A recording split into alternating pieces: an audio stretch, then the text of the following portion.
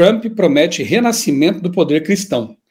Eu tenho comentado isso já faz algum tempo, inclusive soltei no meu canal esse vídeo aqui, que está com bastante visualização, por sinal, a vitória de Trump e o cenário profético. Na primeira gestão do Trump eu já tinha comentado um monte de coisas, e aqui nesse vídeo eu faço uma retrospectiva das coisas que aconteceram lá no primeiro mandato. Trump já desde aquela época procurava aí, por exemplo, eliminar a emenda Johnson, que prevê a separação entre Estado e Igreja. Desde aquele tempo, Trump já buscava uma maior aproximação com os conservadores cristãos de direita nos Estados Unidos.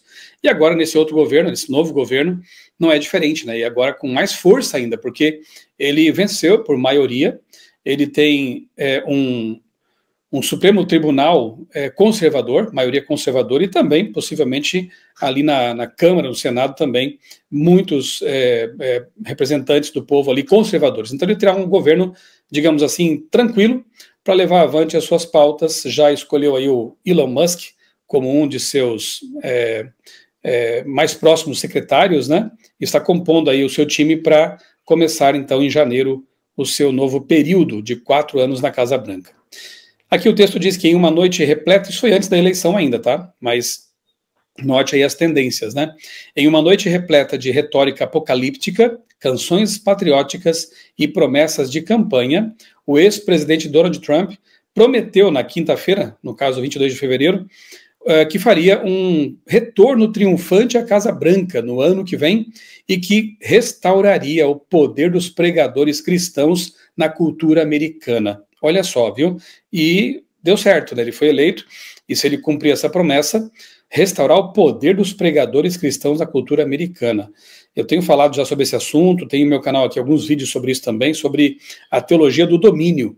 Procura aí, coloca no buscador teologia do domínio, ou então dominionismo, que é o uso da religião com finalidades políticas e de conquista de espaços. É um assunto bastante interessante, claro que profético, né? E vale a pena você estar atento a isso. Ele disse, se eu entrar, vocês usarão esse poder em um nível que nunca usaram antes, disse Trump no encontro anual de emissoras religiosas nacionais no Gaylord Opryland Resort e no Convention Center de Nashville. Falando para um salão lotado de pregadores de rádio e televisão e outros comunicadores cristãos, Trump se descreveu como um amigo e companheiro de fé e alguém pronto para restaurar Deus ao seu devido lugar na cultura americana. Com sua ajuda e a graça de Deus, o grande reavivamento da América começa em 5 de novembro. Olha só. Parece uma coisa boa a princípio, né? Que bom, valores cristãos de novo sendo defendidos ali nos Estados Unidos, e certamente isso é melhor do que muito do que a cultura woke estava trazendo para, não só para a América, mas para outros países também, como o Brasil, por exemplo, né? Essa cultura abortista, promotora da ideologia de gênero, da liberação das drogas e por aí afora, né? Então, um freio nisso, claro que agrada aos cristãos, porém, essa mistura de religião com política é algo perigoso. Sempre que a igreja e o Estado estiveram de mãos dadas, haja vista aí o que aconteceu na Idade Média, por exemplo, catolicismo e o Estado, os Estados, né, existe realmente a intolerância. Grupos minoritários acabam sendo perseguidos, existe uma imposição de um tipo de ideia, de dogma, de cultura religiosa, e isso não faz bem.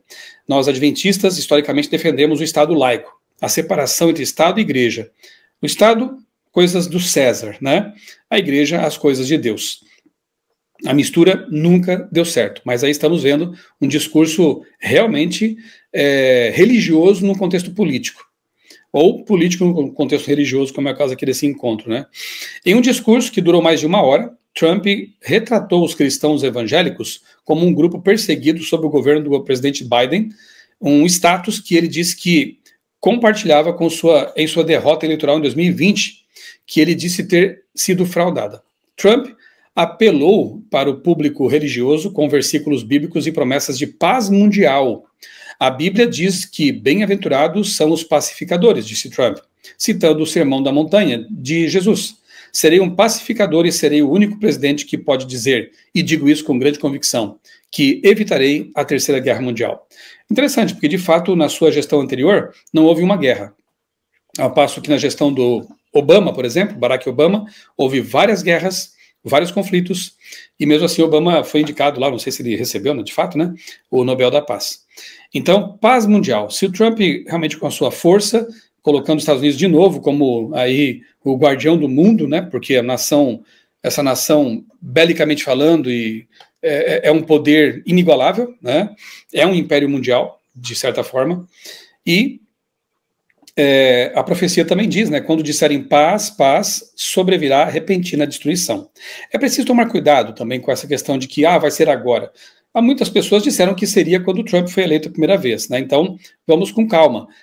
Cada ano que passa, obviamente que uma peça no tabuleiro, uma peça no quebra-cabeças vai sendo adicionada.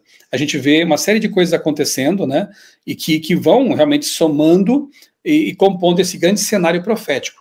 Mas não podemos afirmar de maneira categórica que vai ser agora, que o decreto dominical vai ser assinado nesse momento, que vai acontecer isso ou aquilo. Não, nós temos que continuar pregando o evangelho, ajudando no cumprimento da profecia que é, de fato, aquela que vai determinar a volta de Jesus, Mateus 24,14, que diz que esse evangelho do reino será pregado em todo o mundo, para testemunhar a todas as nações, então virá o fim.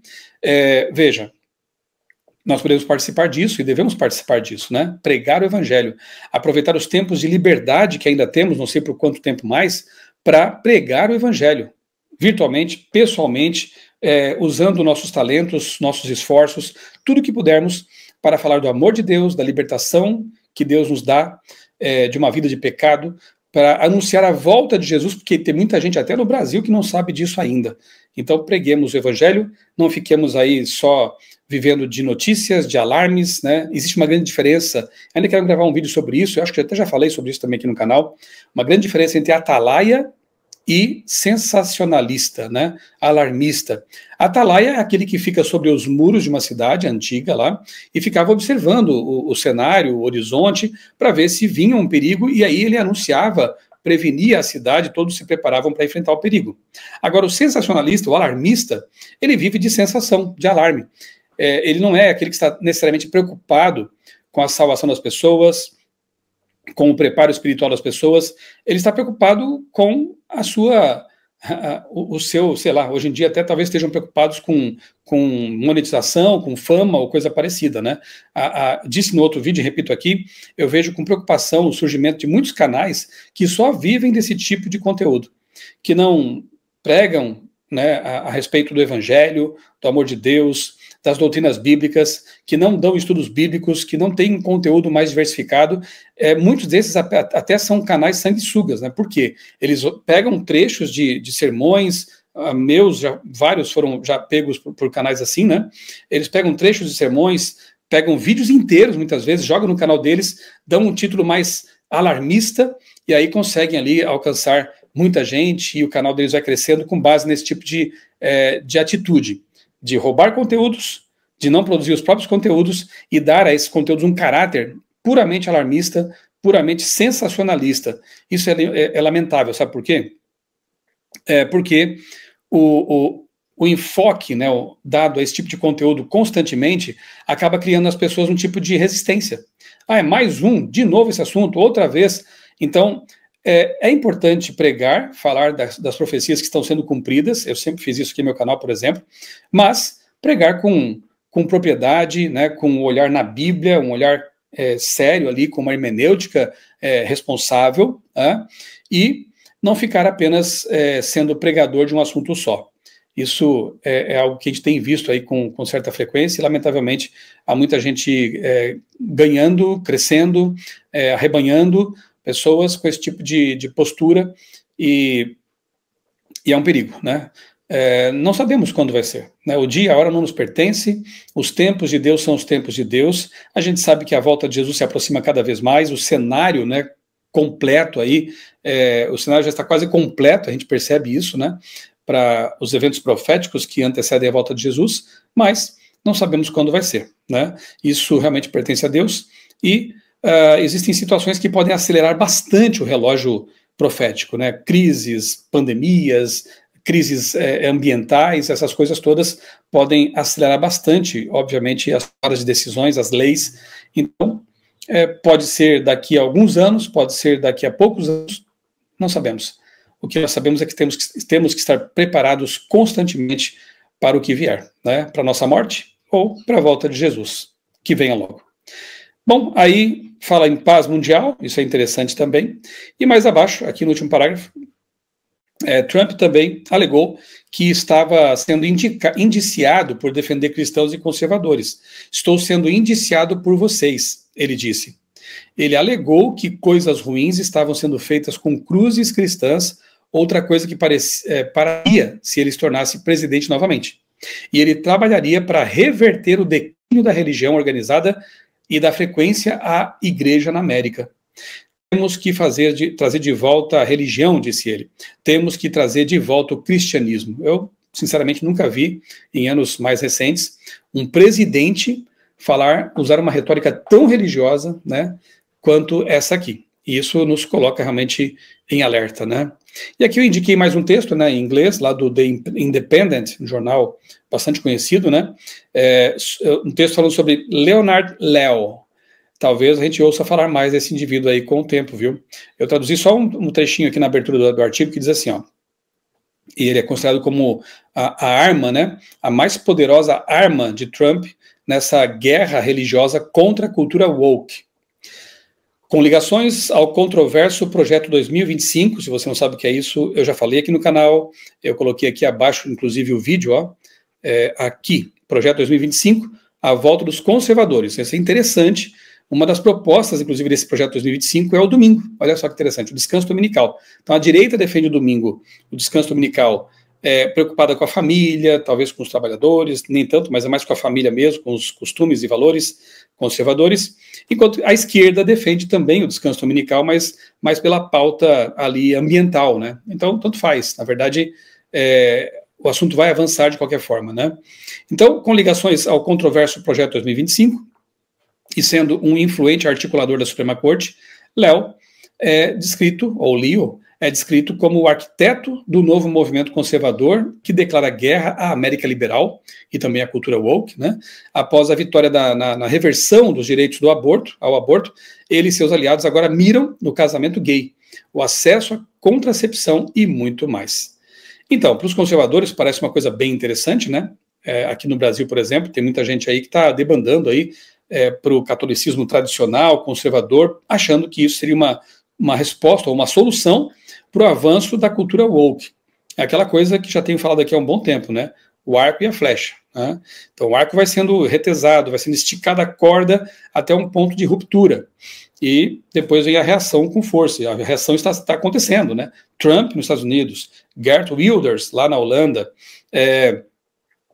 Milei na Argentina, Meloni lá na Itália, são todos conservadores nos costumes, né?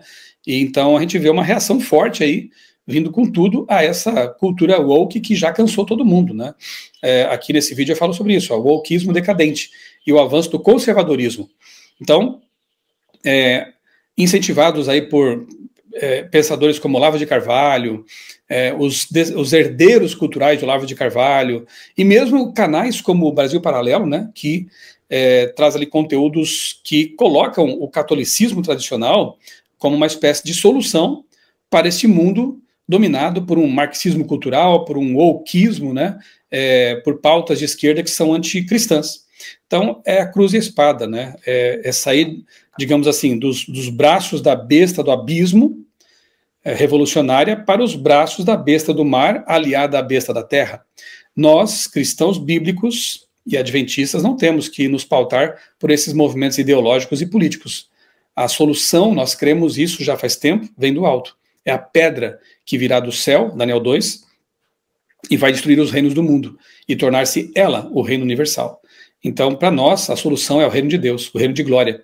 Não nos iludamos com essas pautas políticas, pautas ideológicas, porque elas servem apenas para desviar a atenção do que realmente é mais importante. São cortinas de fumaça, né? Aliados de Trump se preparam para infundir nacionalismo cristão na segunda administração. Assista esse vídeo, por favor. Também tem informações importantes aqui. Depois veja lá o vídeo sobre 2025, né, o projeto de um dos conservadores ali, propondo ao Trump ideias para nortear o seu segundo mandato a partir do ano que vem, 2025.